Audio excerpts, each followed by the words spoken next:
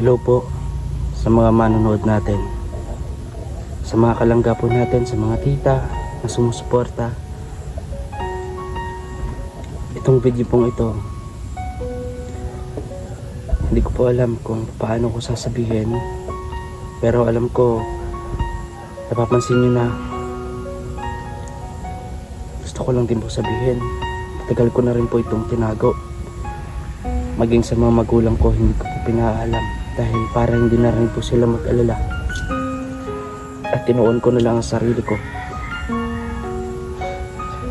sa mga ginagawa kong pagtulong. Hindi po, itong video ito hindi po para kawahan ako o kumuha ng simpatya.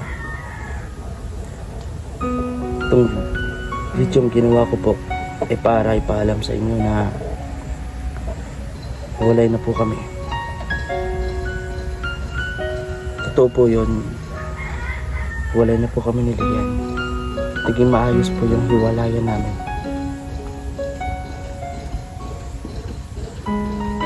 Hindi ko po siya sinaktan physically,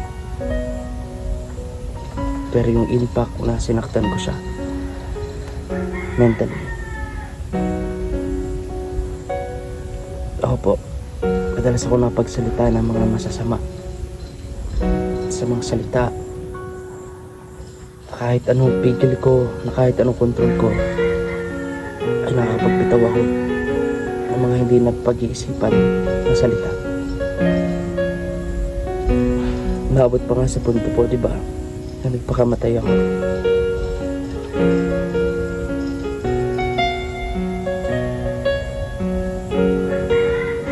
Ginawa ko pong video ito dahil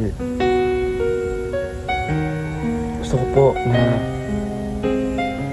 linawin, kasi ilan lang po yung nakakaalam. Hindi ko po pinapaalam sa magulang ko o kung sino pa man. Matagal kong kinikimkim, matagal kong tinatago, matagal ko natanggap na wala na. At siyempre para sa anak na lang namin ko itutuon ang lahat-lahat ng mga ginagawa ko sa anak ko na lang po. Kaya nagpupursige po ako sa araw-araw para sa anak ko. Mabigyan ko ng magandang buhay, pero ilang lang po yung pinaalaman ko, sinabihan ko. Meron po lumabas na issue na pag natanggap ko naman ako, wala na. Pero may lumalabas po na issue na kabuntis daw ako at yun daw ang dahilan ng paghihiwalayan namin ni Lian. Wala pong katotohanan yun. Wala po akong babae, hindi po ako nakabuntis. Wala pong katotohanan yun.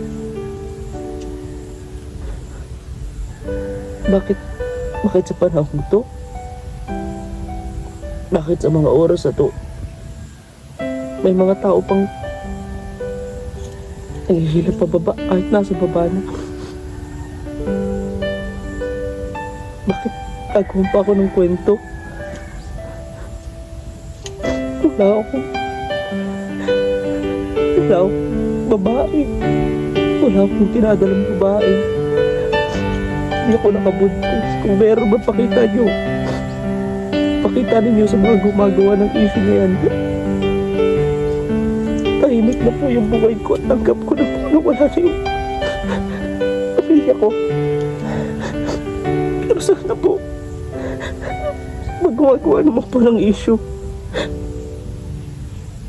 Tumigil na po kayo. Ilalagay ko na po yung sarili ko sa tahimik. Pinupugos ko na po ang sarili ko sa trabaho ko. Kahit kulang ang tulog, kahit mabasa-basa, humanap lang ng signal o kung ano pa man. Kahit mababa ang views, kahit walang pangayado, ginagawa ko ang paraan. Kahit bigas na lang namin, pinanaayuda ko pa. Please po, tumigil na kayo gumawa sa akin ng mga issue na wala naman pong katotohanan. Dahil gusto ko po lumagay na sa tahimik. Tanggap ko na wala na po kami niligyan. Pero hindi ko matatanggap yung gumagawa kayo ng issue para mas lalong lumubog ako kung sino man kayo. Gumagawa ng issue na kabuntis daw ako 4 na buwan na. Samantalang 4 na buwan na yun, si Justin na nakakaalam kung meron ba ako nakakasama. Nandito lang naman ako sa kubo. Wala akong babae. Marami akong nagawa kay Lian noon. Pinagsisihan ko yun.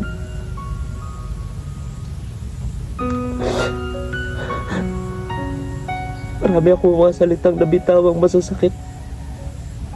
Pero siguro panahon na para sabihin ko po sa inyo, ito na wala na po kami. Ayos po kaming nag-usap. At mag-uusap po kami sa barangay para sa sustento at responsibilidad ko sa aking anak. Tanggap ko na po yun. Pero yung gawa ako ng issue ng ibang tao, hindi nga po ako nagkukwento sa iba. Kahit kay Ruel, kahit kay Rachel. Kasi ayoko na yung maging tulad dati ng mahina. Ayoko na maging mahina. Kaya tinitiis ko. Tapos may gumagawa pa ng issue na ako daw ang dahilan daw ng paghiwalayan namin ay dahil daw nakabuntis ako. Hindi po yung totoo. Wala po ako napubuntis. Wala po akong babae.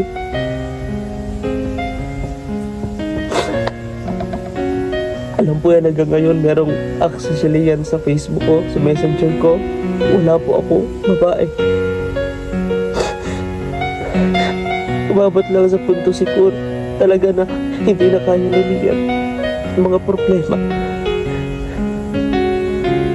Gusto ko ba sana nagbabago naman ako, inaayos ko, pero wala na talaga po.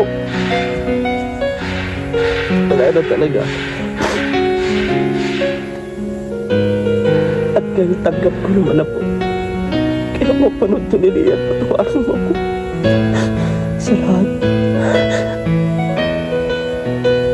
Sa pagiging pasaway. Kaya ba, makapot sa punto na kitinig ko na sarili ko dahil sobrang pagmamahal sa'yo. Tanggap ko na wala na po. At ipapokus ko na lang po sa sarili ko. Sa buhay, papatuloy sa buhay. Ayoko umiyak ng ganito. Dahil ayoko pakita ba ng araw ng anak ko na ganito ako kahina. Ayoko na pong maging mahina. Kaya tinitiis ko po. Ginakalma ko ang sarili ko. Ngayon na lang po, nilabas ko lahat kasi bagsak na po ako eh. Tanging Diyos na lang po pinakapitan ko. After trabaho, uuwi. Wala kong pinapanalangin. Parang nag-asawa na nga siguro ang Diyos dahil marami kong mga dasal. Marami kong mga hiling na sana patatagin mo pa ako. Sana nakasan pa yung loob ko.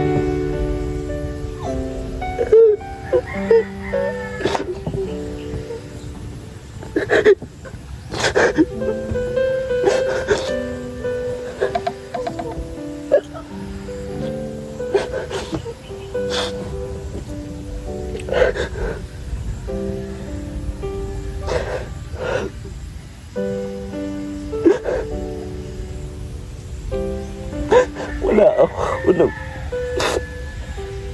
Ulitin ko po, bago gumagawa ng issue, tigilan nyo na po yan. Dahil wala pong katotohanan yan. Hindi po ako ng babae. Wala po akong babae.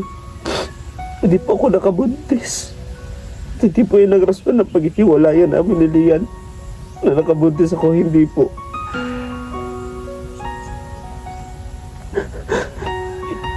Hindi po ako kawaan. Sinabi ko lang po itong video ito. Ginawa ko lang itong video ito para pabulaanan yung mga kumakalat na chismis. Kahit iilan lang tao yung sinabihan ko. Nahiwalay na kami. Hindi ko alam kung sino yung gumagawa ng kwento. Pero iilan lang kayo na sinabihan ko. Magulang ko hindi ko sinabihan. Sinabihan ko kayo dahil nagtitiwala ako sa inyo. Pero walang katotohanan. Walang katotohanan yun. Maawa naman kayo. Nagsisikap naman ako sa buhay ko. Pinipilit ko namang ibangon yung sarili ko para sa anak ko. Tanggap ko na kasalanan ko rin to dahil naghiwalay kami ni Lian. Kasalanan ko. At ayoko na rin po magtago nito. Ayoko na rin po na itago sa inyong lahat. Pinuhos ko na ko lahat dito. Matagal ko nang kinikimkim. Matagal ko nang pinatago. Kaya sana makatanggap na tayo dito ng masasakit na salita sa video ito. Tatanggapin ko po